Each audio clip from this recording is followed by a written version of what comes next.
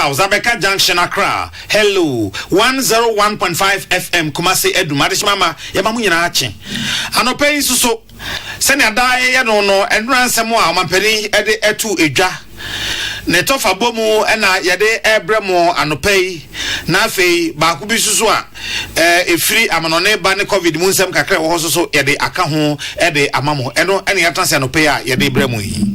na enyumekuo bi adaroma ene agye dwaye wo Susie Center what this CB men capsule sabba eye mema yie pa bema bi odwonso ema ye bi kemote yawo ananso sabi anya ado ne bema mu hyehye no no eye CB men capsules CB women obo akwa ficha wote yawo nkabonya bo ahefie white ejiji wo no eno bi nanom ye de CB soap ye pedicure ne esieso na ho a eye ni hyerei na ne wate atum aheneman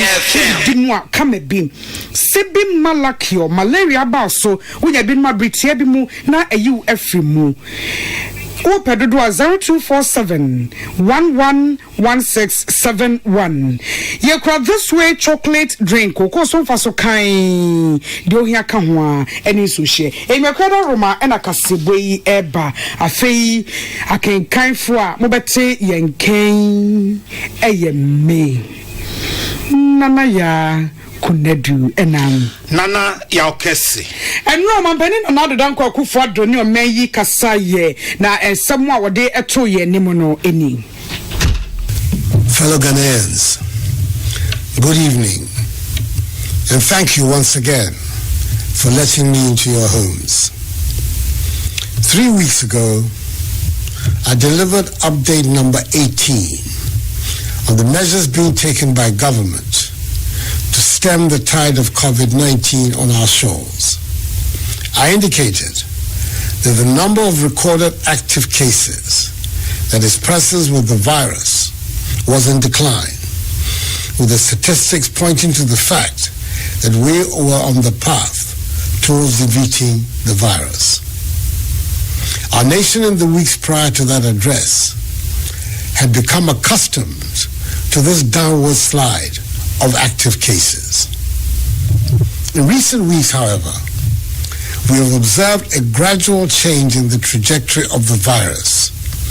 with an increase in active cases from the 398 cases recorded 3 weeks ago to 1,139 active cases as of Friday, 6th of November. The total number of deaths now stands at 320, a great majority of them still with underlying illnesses such as hypertension, diabetes, chronic liver disease, and asthma. The number of daily infections is on the rise,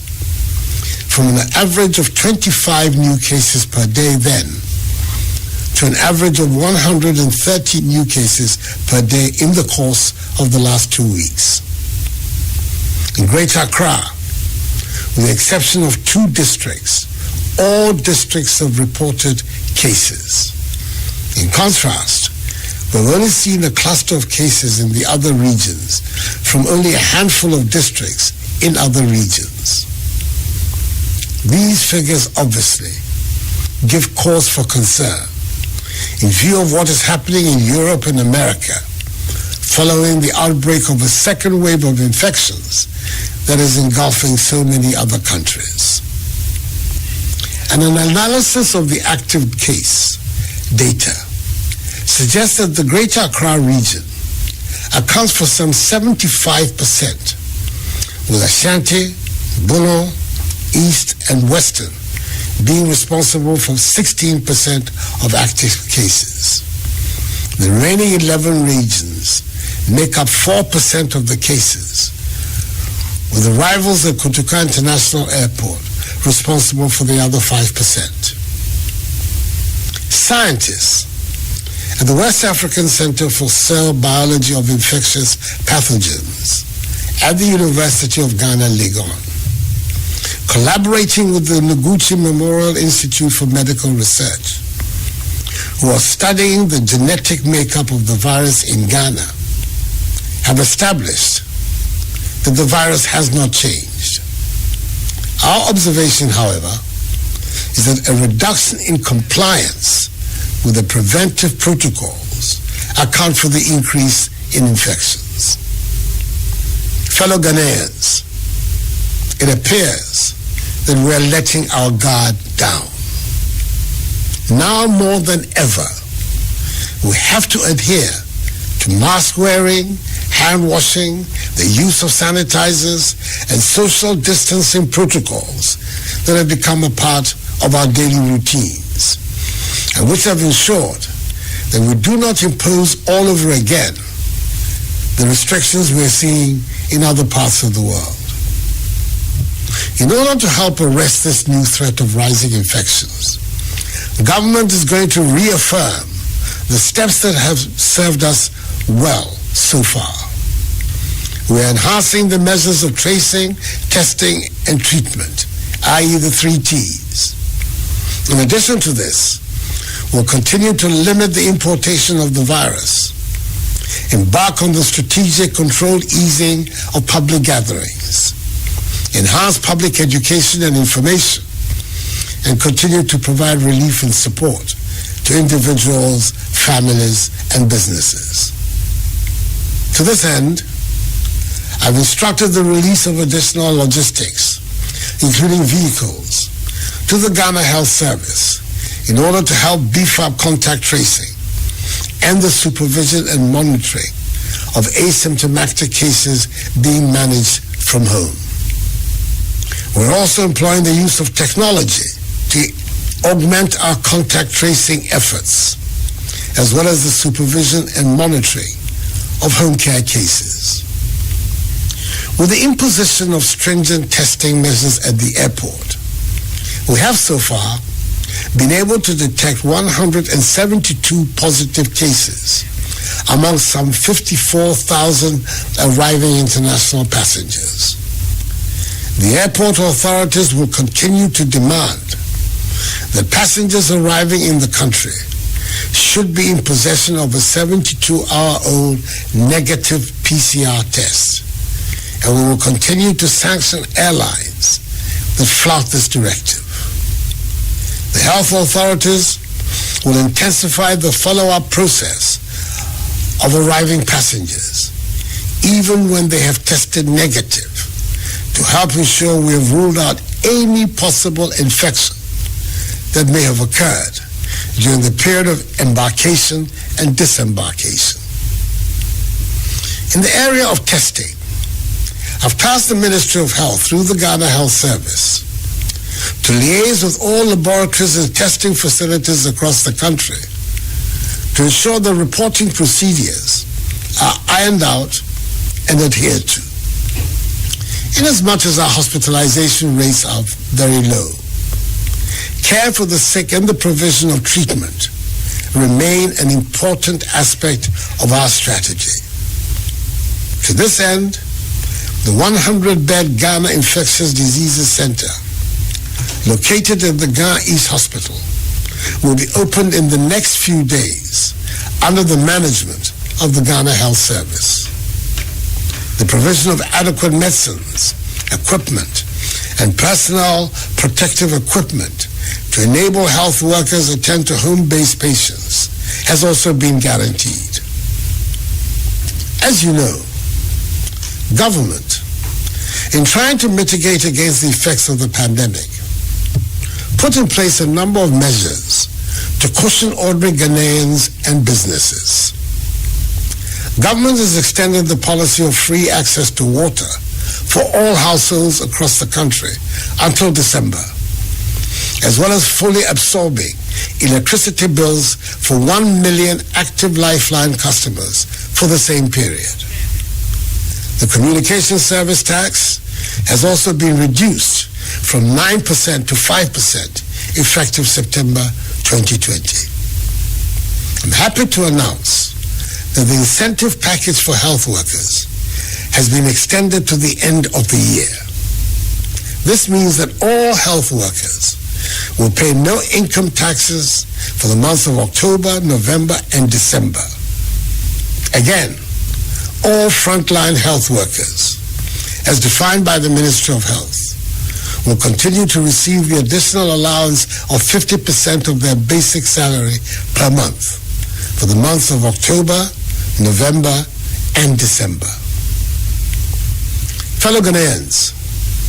with a month to the conduct of the 7th December presidential and parliamentary elections, there would obviously be an intensification of political party activities in all parts of the country, with its accompanying human contact. Nevertheless, I encourage political party leaders and supporters, at the very least, to wear the mask at all times at these gatherings. This task is not only for the leaders of our political parties. All of us in the executive, legislature, judiciary, public sector, security agencies, private sector, civil society, professional and trade associations, religious bodies, traditional authorities, and ordinary citizens must do what we can in this period to help minimize disease transmission. Furthermore, I urge management of organizations operating in confined indoor spaces, such as workplaces and supermarkets, to ensure the continued adherence to all COVID-19 protocols at all times. We have to maintain in a state of constant readiness the enhanced infrastructure and expertise we have built during the period of the virus to cope with it. I've seen it firsthand how in some regions of our country, some residents are abandoning altogether the protocols, such as the wearing of masks put in place to defeat the virus. Indeed, the high compliance rate with mask wearing of persons surveyed by the Ghana Health Service in some selected areas of Accra, for example, to which I referred optimistically in update number 15, has, according to a new survey by the same service, fallen alarmingly from 44.3% to 5%. This is not acceptable, as the enhanced hygiene and mask wearing protocols must now be central features of our lives, and it must continue to remain so for some time to come, until we see to the elimination of the virus from our country. Let me reiterate my admonition from a few weeks ago. Severe sanctions exist in our laws for persons who want to continue to disregard these protocols, and for those who want to endanger the rest of the population through their actions and negligence. The law enforcement agencies will, where necessary, apply these measures without fear or favor. Fellow Ghanaians, I'm appealing to all of you to be even more disciplined in your adherence to the personal hygiene, mask wearing, and social distancing measures. We cannot afford at this critical moment to throw caution to the wind and destroy the incredible amount of work undertaken by government, health officials, heroic frontline health workers, and members of the security agencies in bringing us this far. It is very clear that the more we adhere to the protocols, the quicker we defeat the virus. Enuanom, mesremo, yareano, enkoye. Nti mesremo, se mo frifia, mo hye mask no, mo di mo huni, mo koso hohoro mo sa, na mo fa sanitizer enya mo sa. Ano na beboa ama ya pam yare efiye mem. Anyame me, ni pagify, hela eyako, wo ko shishia, wo mask, ni wo here, wo he, fale, ni wo forward, ni wo ke sanitizer, atumo wode, ni ba wawo, ni wo shwe hela, keje wo manemi. Fellow Ghanaians, this too shall pass, for the battle is still the Lord's. May God bless us all in our homeland Ghana, and make her great and strong. I thank you for your attention and good night. Amampeni nana ado dankwa ekufo adon kasa ho etoso edu enkron ya wone omeyi enya ye fibra covid-19 yiniti ewo march mu no enum asem enie na se de bia wo ye no wo de tudwawie a ye ba betesem ye ba ebekire mu no ene anopai ye wa hasa de sam amampeni de tudwai ye bekire mu ti wani die mu ara na wo de waso afam ye wo sha se omaima me mamwajo Madam was say, some of my quine, sir, and Nelso, Mingra, Mafie, Fiemu. Now treat me and sa ya etramuni. Ya, menamo, Abacasa, the Toso edu and watcheno. Madame Jaudua, abaying Eddie Guaquemo, Sabaya, the Bedi, Reso, Eddie, and my Yasaka, who ebio. Me can say, Sabreno emuno. Na yarwano omwa yarbuan bi ewo memu no na eba fom kakra na eye nkran hyema yen se anamon a ye tuo de yarbu iso no na yehunu yanim nanso ye manyi na otwemi ensantem ni ame ne mo beka san ya me kan se nipa nya yarbuan bi eba fom no afei de enema dane Bayasa enakakra entemnie yare na mane homene so ebium yare boano enipa wo won widiem edoso ebre twato amene mo kasa ne nipa hasa ediokron enwoche 398 ena yare boano da so won widiem na watwe miensa entemnie no enipa apem wo ha Ediasa enkono 1139 ana yare boane bi wo widiem edru fiada anwumre ana yebu enkonta sa enipa yi ayare boyi ewo wo mu nachi wone a ewu eda so ya hasa aduonu ana dodo no a ewo apomden ho hawa hodo te se hypertension, diabetes ene brebo na afi asthma yare. Na nipa dodo a enya yarebo no bi adechie bia no anya bi kura sa brebe na otweme ensani amene mo kasa ye no na eye aduonu enum 25 nanso ebesi nne ye amene mo kasa yi bikire no na adwo mampenne ye kasa ye no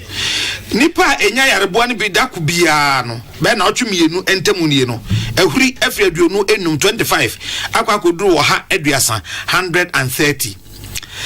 na enkran ha sei se ye mansini mienu ya womo yarebo ne be eni ho a mansini won kramantam ase nyina ebihye ho na mantam nkaye no soso no ye hunu chochopo bi ewo miamia bi ewo mantam nkaye no emu na sa nipa no ro no ene wo mo a enya yarebo ibi no eya asem a esese eboye nyina ehu na ema yesan etena se yie enkankan ne se o karikari wani na ahwe de esi ewo Europe na America ma binum so no a na wahu se yare no ne mframa etoso mienu a eboba no ehu enti ese yesoso yeda ye ho so Sayebu enkonta no ne echicheche mu a Greater Accra mantema se ne yareboa no nipa dodo ewidim enipa yareboa no wo widiem o hanchemu aduosun enum 75% ewo mantam eni Greater Accra Asante mantam bono epoye ene atoye eno so enipa yareboa no wo widiem eyo hanchemu edu ensia 16% amantam du baako ya aka no enipa yareboa no wo widiem eye 4% One year free akwantu mu babedu Kotoka International Airport aye so wo mo hwe no so wo ma yareboa no wo mu no eyo hanchemu enum 5% Abode mu nyansapefo ye West Africa Center for Cell Biology of Infectious Pathogens University of Ghana Legon ene won saso ye no Gucci Memorial Institute of Medical Research omugu hwehwemu so na de oma hunu ne se aboa no na bose ensesa ye se de oba ye nim no saa ena yenim saa no da so etie na mom di ama yare yi pagya eye hyehye no ede bo ban no ayebu ye ne aguso na ye fanya adwuma na ye de ho forefore nipa no eka ho minianom Ghana fo ase ye gogo ye ho se brebia bapa wo ya setena mu a ehia se ahunedie nhihye a yɛde ko eti ayareboa yi yɛhyɛ mask yɛhohoro yɛnsa yɛne sanitizer efi yɛnsa ho yɛtitete yɛho entamu a ɛne sahabri ebra yɛkɔ yɛdaadaa enwuma so no ɛho behia sɛ yɛbɛhwɛ ne yɛdi san nhihye ne nyina so sɛne yɛbɛyɛ ɔhyɛkete yɛde to yɛho so obra yɛyiriti kane no yɛnsan enkomu bio sɛde ewiase aman bi wɔn ayɛ no na sɛde bɛyɛ a yɛbɛsi ano enti aban ɛba bɛhyɛ hyehyɛ no ayɛyɛ na yɛde abɔ ban no mu den biom aban ɛbɛtoa so na 3 T's ɛne sɛ yɛbu akyie tracing testing and treatment no yɛde bɛyɛ adwuma afei aban bɛkɔ so ayere bambo mu sɛ bɛyɛ nyareɛ na yɛde bɛfiri nkrɔfo ama so aba no yɛbɛhwɛ na yɛsi ano sɛde ɔmanfo esi ɛkɔ adwabɔ yɛbubɔ obodwa ɛno nso so aban bɛhwɛ ne ya korakora no foforɔ ebiom afei sɛdeɛ ɔmanfo bɛnya nkyerɛkyerɛ ɛne amanebɔ yɛ fa yareɛ ne ho aban ɛnte nna aban bɛkɔ so atwitwaagye wɔn yɛ wɔ ahohia mu wɔn yɛ sɛbe wɔ mmɔbɔ abusua ne nnwumanwuma ama watumi agyina wɔn nan so na wei enti ɛna mahyɛ sɛ enema ebeboa Ghana Health Service ewo mo adwuma mu kankan ne ahyɛn ene akade nkaye no yemfa bi enkopi won so sebeya wono betimi ati wono mo a ene omo anya yareboa ne bie edi ensawoso kweskoko beka se contact tracing na fei wo mo so anya yareboa ne bia sunsanso bia na edi ewo mo ne padua mu ohu ya behu se yareboa no sunsanso enie no ya wo mo ewo fi ayehwe wo mo no apomde adwumafo enan ebe ntientia ewo nso afei yesan ede abefo nimdie nkrato nkwan no afaso na afei wo mo a ene obi anya yareboa ne bi edi nsawoso bia yatumi ati wo mo na yɛn sa no a ebetumi aboa ama wɔn nso so a wafiefie mu no yɛtumi ahwɛ wɔn sɛ nea ɛsɛ ɛfata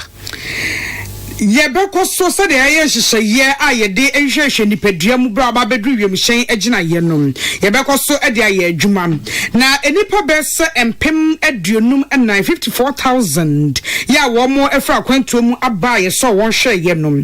emu wɔ ha aduoso mmienu 172 ɛna na yareboa no bi ɛwɔ wɔn hwedie mu wesei enti airport mpanimfoɔ bɛkɔ so ɛma na yɛ ɛhyɛ ɛde ama obi apɛsɛ ɔba Ghana sɛ anya hwɛ no do hwere aduoso mmienu ntam ansa ɛna abeba bɛpi ɔman Ghana mu no ɛwɔ sɛ no akɔ redie mu ahwɛ ama woyɛ ɛwakɔyɛ PCR test ne bi ama woyɛ negative na aba bedru enso so a yaba bɛhwɛ biom ɔbɛkɔ so na ewiemhyɛ nnwuma a ebebu saa mmerɛ so no yɛne wɔn mo adi afei apasenyafoɔ yɛ bɛba bedru ya wɔn bɛ test negative mpo wɔn mo yareboa no yɛbɛso ahwɛ na wɔn mo ani bie no yɛde ani bɛdi wɔn akyi sɛdeɛ bɛyɛ a ɛnkɔba sɛ ɔte yareɛ no yɛnhunu na ɛno akyi wɔde akɔ saa sankrɔfo na ɛba sɛ yɛfiri wɔn mo amanfo ahwɛ sɛ wɔn mo yareboa no bi ana wɔn mo ani bie no a maka kyerɛ asɔyɛ a ɛhwɛ apomden sɛm so sɛ wɔn mo ɛmfa Ghana Health Service so ɛne laboratories ahodoɔ wɔ Ghana asɛ nyinaa ɛne baabi a yɛfiri ɔmanfo ɛhwɛ sɛ wɔn mo anya bie na wɔn mo anya bie no ɛni ensawoso sɛ ne bɛyɛ a wɔn mo ne hyehyɛ begu akwa mu na wɔn atete wɔn mo nneɛma korogyen ama yɛtimi ɛfiri ɔmanfo ahwɛ sɛ wɔn mo yareboa no bi anase wɔn ani bie ɛwɔ mu sɛ nipa dodoɔ yɛ a yɛagye wɔ agu a yaresabea ɛhwɛ wɔn mo yareɛ ho ne nɔɔso ɛwɔ mu sɛ yɛayɛ hyehyɛ ahodoɔ a yɛde ɛka ho asɛm nanso ɛno nkyɛ sɛ yɛate ada a yɛnhwɛ nipa a sɛbe yareboa no bi ɛwɔ wɔn wedie mu sɛ wɔbɛtumi afiri mu afi ɛyɛ ade a ehia paa wɔsɛi enti Ghana Infectious Disease Center ye woga East ayasabia mu a empa wo ha esimu ebetimi agye sebe ayafo aguo no na kakra di yanim ye bekọ akọhwe na ye biebiu na Ghana Health Service ahwe adadani afei akade a ye de ebebo ban mfidie afei enuro ani PP isapom de adwuma yefo hia na wo ma wo so mo kọ won ho e wo fie kokọhwe wo betimi atutu anamon yi basahare sonso ye hye mo bose e wo ho na sani amunimu no se be ya yareboa yi sunsuansobone a wode abre wiase no aban betimi asoso ano kakra e de ama ne manfo enti aban de hyehya ahodo bi egu kwan mu e ma Ghanafo ene enwuma ahodo didi kan ene se aban ye ne se efiefie mu omanfo nyina nsansuo kwa ya chese ubia entua water bill no aban asan atoa so aye ne se ensuo no a wode ma omanfo kwa no watwemu de akwa kosi December bosome no awie ya na fi awie ye afei wo mo soso a yebeka so omo so egyinamonkanea no omo de no lifeline emro 50 kilowatt hour no eno soso aban aye ne se wafasa aka ni nyina obo nkonta nipa be opepepem baako ene akiri eno so aban afa eho eka kosi afi no awie communication service tax say wo bonkomo wo telephone so no to no a ya edaso simadodo a de kasa eho to a edaso no aban se kane nanka ejina ohanche mu enkron 9% sei ya teso a ede abafom sene ebeya abegina ohanche mu enum yi ebe ma omanfo ho ahan kakra na santi so no ehyaase ewo September ana ebo busumi no mu ewo afie ayemani jesa meka chamo sanshisha hodro no ayeye na yepe bibi kakra de suso so apomdi adwumayefo asene mu no metrem kokosi afi awieye we say HSA apomdi adwumayefo entua income tax bosome October November and December ebion one year front line health workers said the Ministry of Health achechi mu no one besan enya allowance aye de momo yo hanche mu aduonum wakatua no ye do hanche mu aduonum ep won so na just say abosome October November and December mu no obenya sa chefen bi meni anom Ghana fo akabosome ama yato mampeni eremra hyebedwamu aba nam jimdi yese nyina ya ni musam se sabre party for no wono bayire wontoa ebom ya wo bo apro Ghana me nyina aton won ho ama Ghana fo ato aba ede ama wo mo ne ba de sanso a eni nipa na ebedi ensawoso nanso esese party fo ni nyina kanifo no en wono machitaafo no omo ankasa so nya ho hyeso bi se anya bia no ahonidi enhyehyɛ no ono de bɛyɛ adwuma omo bɛhyɛ mask babi omo bɛhyɛ bia no omo bɛhyɛ mask na fi wadi hyehyɛ nkae no so ɛso na saasudie yi enya amanyokuo emu mpanimfo pɛ asudie ɛyɛ obi bia so asudie bi aban ɛyɛ omampani ene na pamfo mrashe bedwafo atemuafo omamma bambo adwumakuo ankrankra nwuma afei timemu ekuo ahodo civil society nimdifo adwadifo ekuo ahodo osom ahodo nananom hemfo ene obibiara a wo ye Ghana nim e wo sesa ebremu wo ye ofam de de boa e ma yare no ye brene tre ase ebio maka kire wonu mu a e wo baby a yatu prumu na wo mu ehyemu wonu no a e wo office ni nwuma etete saa no se ebi ti say supermarket and afi offices no say monhwe na hunu de hihye ni nyina monkoso ni so se mojeja mo ho a monsan hye mo kena na obia eni so e wo say ye krado se akade eni nimdie a ye wo de yetimi aye ho ade fribra ya re e ba ye nom ye begina no so aye de se na efata me ankasa mehu ekwan ya mantem bi mu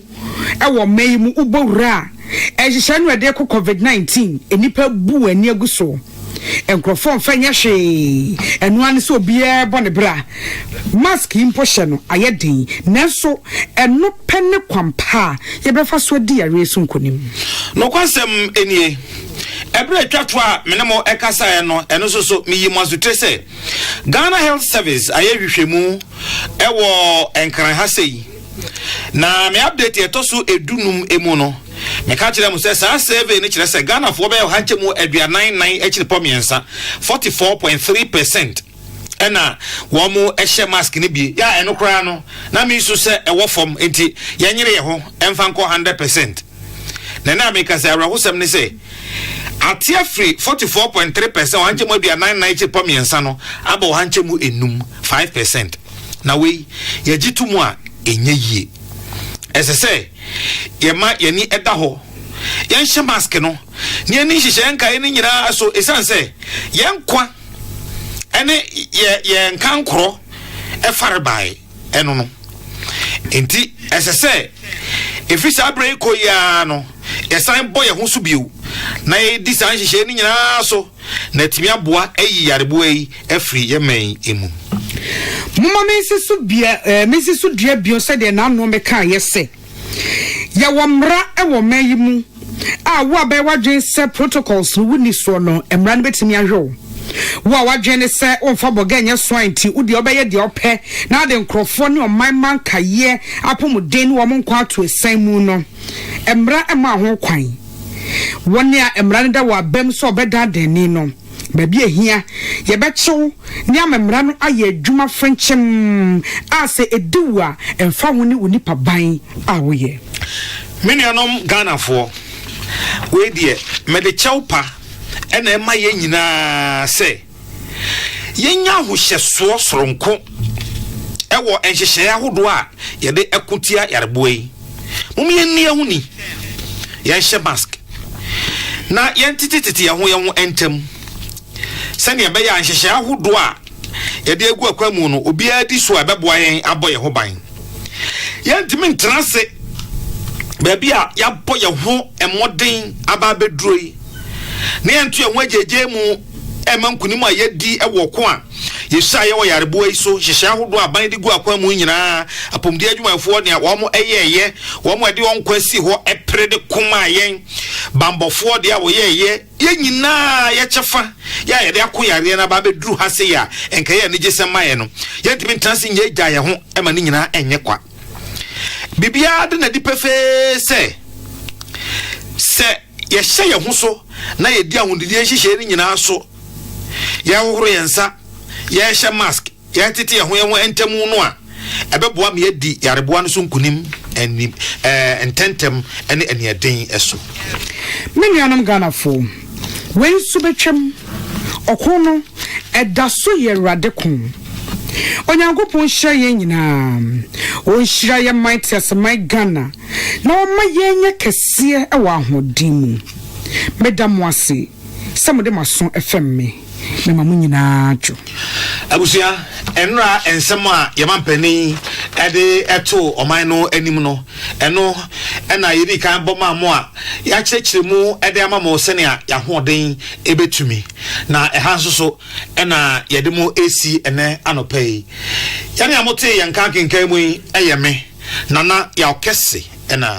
nana ya kunadu na ewo musa ye kɔ de ba ye kɔ aba ye kɔ akoto nkra ye ba ansa ene awie kasebu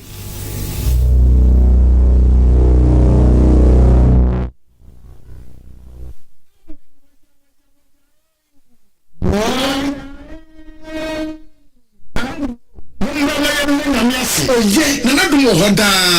amen yenim semu busa se ni je ase ne sei ase ne se wodi amen agiranse ne ani awo herbal ayarese no bio na nkunudie adasidie na ase ani abasobodie nko a se wa so wo hwe apomdie no ho to a wodi abra manfo efu ye ntri so ekosi ye na ase ehina yade sha amen hu ensa yade wodi ne ne abefo efidie echi yade no kun what time amen e the herbal accommoding was sound in naturopathy and homeopathy pine ekunye nyarewa say sukuu fofura amanone besua ekwane a yade heba sayade ewo army we nyinanti ena yade anigye from say we pawo yare bi hyehye ho ana yare bi abegye konya wo ni pedua mu a Allah shafi onyame ne yare safo inshallah enyame adom a ayaresa beba army wodome wo be old snifla ultra modern branch wa Klagon Tama Road free 020-722-9505 and 0245-275254 Amen Scientific Herbal Hospital Amanfo the amoka chere Freddy's Corner home appliances hono or the aba Freddy's Corner Home Appliances Center home appliances are eye papa bia ebi wo ho brand Ben Alpato Samsung Nokia Media Apple Nasco Infinix Huawei TCL Skyway West Point Sinis Nina Yobi TV TV, air conditioner, freezers, fridges, water dispensers, and media keka home. Nia ubenya good warranty dia. Ko Freddy's Corner Home Appliances ukoko memle. CCTV a Boama monitor of properties and your business at anywhere in the world. CCTV need da ho. Ewo detector, clear pictures, Wi-Fi connector. Ultimate connector ma phone. Ewo monitor baby a wo wiase bia. Freddy's Corner Home Appliances abeka Freddy's Corner edwosua hodoa or ton phones and their home accessories no. For 0544 959195 and 02079373323 and now so Boko Memle satellite in Chehwa. Na ye can discount any achadia. Ubetiasie. Freddy's Corner, home of authentic home appliances, phones, and its accessories. So wakoma ho hyehyɛ ana ebo periperi de broni kan hardware no a e de na se wo ye na se wo yam so atim so e wo be pack na farmer Martin's liver salt akira kwai entem ahye nsu agu glass mo ate Martin's liver salt no ba ko no na wo de agum wo be hu se ehuru wa glass ni mu na wanom Martin's liver salt ye won orange flavor ana ba ko so ye plain wonu mu a wo ho beto na mum edi na anu na ho nto wo a ko hu doctor. Tune it in, turn it up, Peace FM, and rip off the knob. Afei amnone nsemo ye di wie kasebo no ankasa eni nanu na America for tro be mu nsem de o mama ye beka bebre di akyeremo na de akwa wie sese na wotwe wie ye ene se Joe Biden ene Democrat for ene abo wondin se wadi emu enkunim ye ka say ne transition team no efrase ye ntoto ahodo a ebedru January bre a wo be swai na we fra adwuma ase no wo mo beti asim na jehye ne bia wa ye ne manimu ya ne se COVID-19 therefore yi wate ho tax force say wo mo enhwe ho asam enka ententem ya if is a cha na atama ehye yede mo asi nana ya okese ena nana ya kunadu Trump fasoso ya kunadu Trump ya ene yade kasebo yi ebremo na ebusua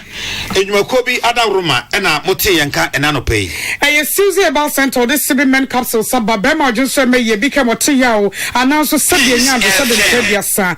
emu ache mienu na enunti ama ne bema ye ho abasem ye wo sibi women obokwa aficha wote yawo afei white ejeje no anan kabonia ba hemfie sibi soap ye de pedicure siesie na ho hyirin ana afei sibi malakio tidie ba yenom our pharmacy and chemical stores 0247111671 ye kwa this way chocolate drink ko so fa so kan de ohia ka ho a eni so hye e mamu nyina achi